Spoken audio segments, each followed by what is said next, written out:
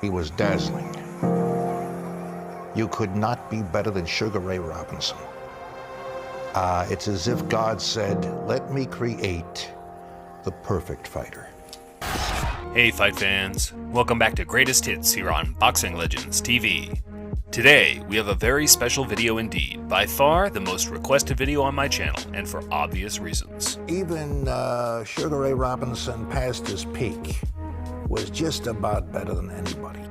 Sugar Ray Robinson is regarded by the majority of boxing fans and historians as the greatest boxer of all time. The unprecedented speed, combined with the punching power that seems almost impossible for a man weighing 160 pounds to let off. And then you tie that in with the footwork of a ballerina and a genius-level ring IQ, and you're left with pure boxing perfection. Big left hook with Gene Fulmer. What's prettier than that? That's the greatest thing I ever saw. As some of the followers of my channel will know, I personally do not hold Robinson as the pound-for-pound greatest of all time. I actually have him fourth behind Muhammad Ali, Harry Greb, and Sam Langford. But this is mainly due to the fact I rate a fighter purely off their resume, and while Robinson's resume is outstanding to say the least, I think it's not quite up to the standards of the guys I'd put above him. Come to Muhammad Ali, I am the man. But when anyone asks me, who's the greatest boxer you've ever seen? Or who is your personal favorite fighter in history? The answer is always the same. Sugar Ray Robinson. Oh, I saw him at his best, and he was the best fighter ever lived, pound for pound. For any of the younger viewers, or slightly less informed boxing fans that haven't had the chance to get a good look at Sugar Ray yet, we promise you by the end of this video, you will understand why he is held in such high regard.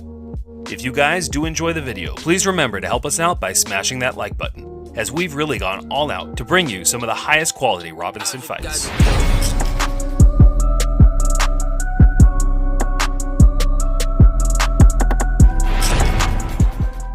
Before turning professional in 1940, Robinson had an amateur career spanning 85 fights, and yes, he won them all.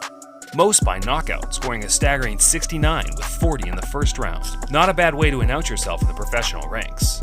Unfortunately, as some of you may know, the first 10 years of Robinson's career was either not filmed, or film had been badly damaged beyond repair. Which just seems almost criminal when you glance over the resume and take a look at some of the great Hall of Fame boxers he beat in that time. The list includes Sammy Angut 3 times, Fritzy Zivic twice, all-time great Henry Armstrong, and of course, the epic 5-fight series with Jake LaMotta, where we saw Robinson lose his first and only bout in 132 fights. Just an absolutely stunning number, considering the fighters he was competing against on a regular basis. In that time, he won the welterweight and middleweight world title.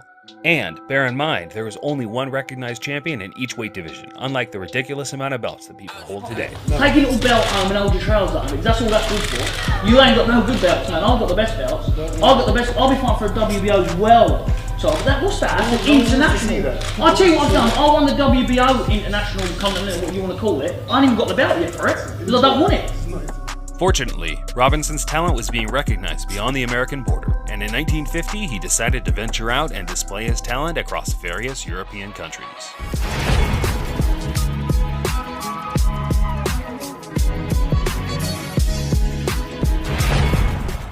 November 27, 1950, Robinson, now with a record of 118 fights with 1 loss, took on the best middleweight that France had to offer, Jean Stark. The fighting machine really gets cracking. In 121 professional fights, Robinson has lost only 1. Hard-hitting and clever, he's got everything. There goes a right and down he goes.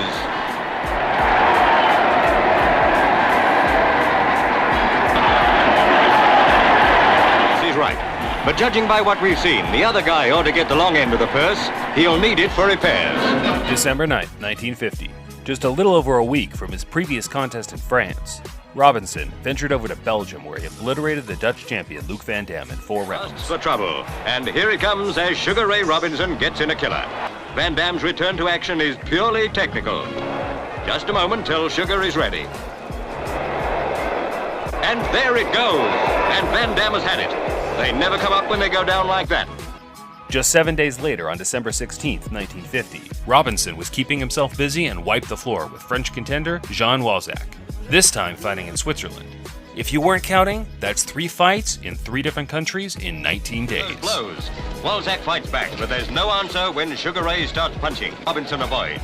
Walzak follows, but a hard right to the stomach and whoosh! Did you see that uppercut?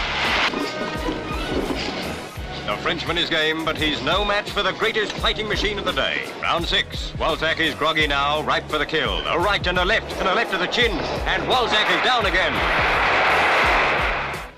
Before heading back to America, Robinson destroyed the German middleweight contender Hans Stretz in his hometown of Berlin as a little Christmas present on December 25th, 1950.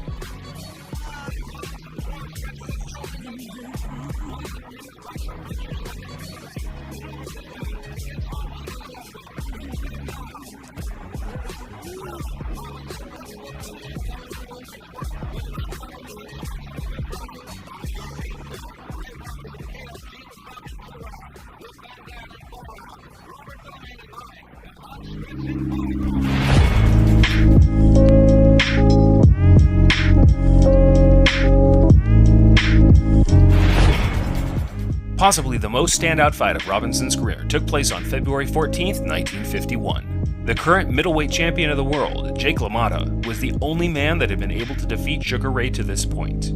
He was the man that stood for the working class people of America. His style was almost like that of a street fighter.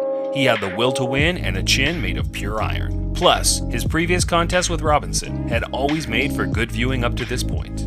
But this fight, known as the St. Valentine's Massacre, was just about one of the most hellacious beatings ever seen in a boxing ring. Robinson had one goal from the opening bell, and that was to seek and destroy. By Jake LaMotta, Robinson has got it back. Look at the shot! Oh, great foot left to head. He wants the fight, and he nails it to the body. Bangs the wrist, back upstairs. Look at Ray Robinson.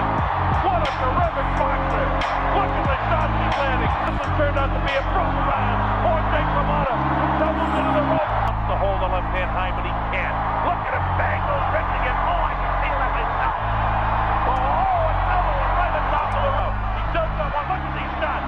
He's being hit at will by the great welterweight champion, who's the boxing the middleweight champion of the world, I believe. Look at the shots being landed at will because of all things. Oh, look at that right hand. What a shot. The Boer wants to stop the fight, and he has stopped it. It's all over. We're brand new world middleweight champion. His name is Sugar Ray Robinson.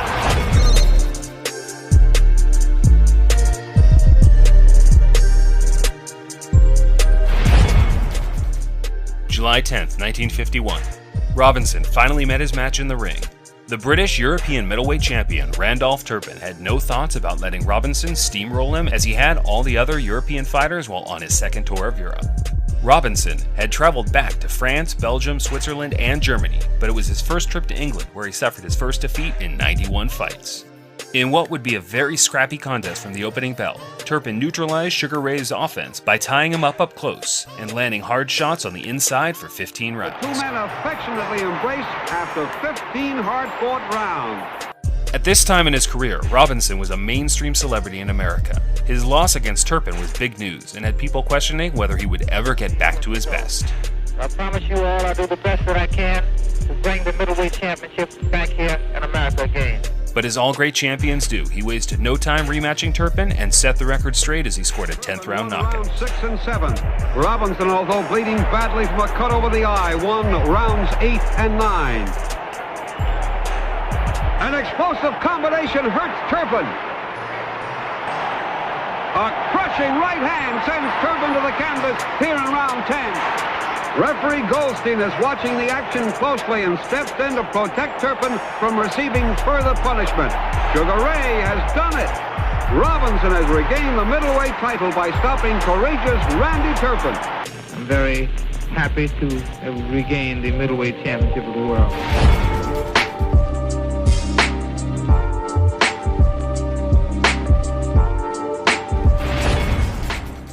April 16th, 1952. Hall of Fame middleweight Rocky Graziano finally got the bout he had been calling for years. Robinson dazzled him with beautiful combinations in the first 2 rounds, but in round 3 he got caught by a snapping left hook as he moved in for the KO. Robinson got up at the speed of light, and within a minute flattened the Iron Chin Graziano with one of the most devastating right hands the boxing world has ever seen. So Graziano has scored the first knockdown. And there goes his mouthpiece, and Graziano hits the canvas. 2, 3, 4, 6, 7, 8, 9, 10.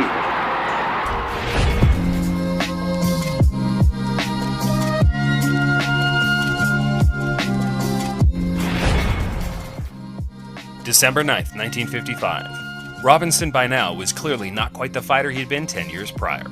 He lost his middleweight crown in 1952 to Joey Maxim and retired to become a dancer and actor. 3 years later, he returned with a vengeance and regained the middleweight crown, once again proving he still had the speed and power to be pound-for-pound best fighter as he knocked out Bobo Olsen in the second round. In his second fight, there's a good left hook from Robinson, the supreme boxer. Added to that, he's got a great punch. A great left hook from Robinson, another left hook, and Olsen's over. He's flat on his back. The referee takes up the count. Olsen's struggling, he rolls over. I don't think he's going to beat this count. And he's out. Sugar Ray Robinson, at 35 years old, has regained the World Middleweight Championship.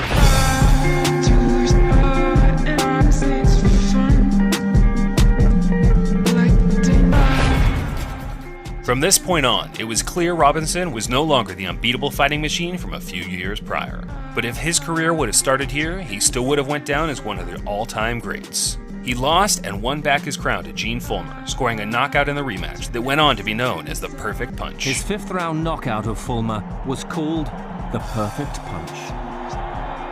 But he was so smooth, if you do something wrong, you would counteract it. Big left hook with Gene Fulmer. What's prettier than that? That's the greatest thing I ever saw. Later, he lost and regained his title once again, this time to the hands of Carmen Basilio, in what were both great fights where both men won by very narrow decisions. Another 4 years in the ring saw Ray rack up most of the losses you see on his record today. He tried desperately to win back his middleweight crown, but at this point, he wasn't merely 20% of the fighter he was in his prime. Sugar Ray hung them up for good in 1965 after losing a decision to Joey Archer. The crowd recognized and loved Robinson for all the great fights he'd put on in his 25-year career, and the beautiful send-off was enough to bring a tear to anyone's eye. 1 month after his final bout, thousands recalled the way it had been with a tribute to a native son. At long last, Sugar Ray took a final bow. Bert Sugar. One time at the old garden, I overheard a father and son talking. The father was pointing at the garden marquee and telling his son, "That's the greatest." And one day the father said, "You're going to be able to tell your son that you saw the greatest. You saw Sugar Ray Robinson." Ray Robinson, April 12, 1989. He was 67. Whenever he fought, the world had a way of standing still. The center of the ring belonged to him. Though his journey through life was a perilous adventure, his place in his sport is permanent. He has been judged the standard by which all boxers are measured. Ask those who saw him, and they'll tell you no one has ever been sweeter than Sugar Ray.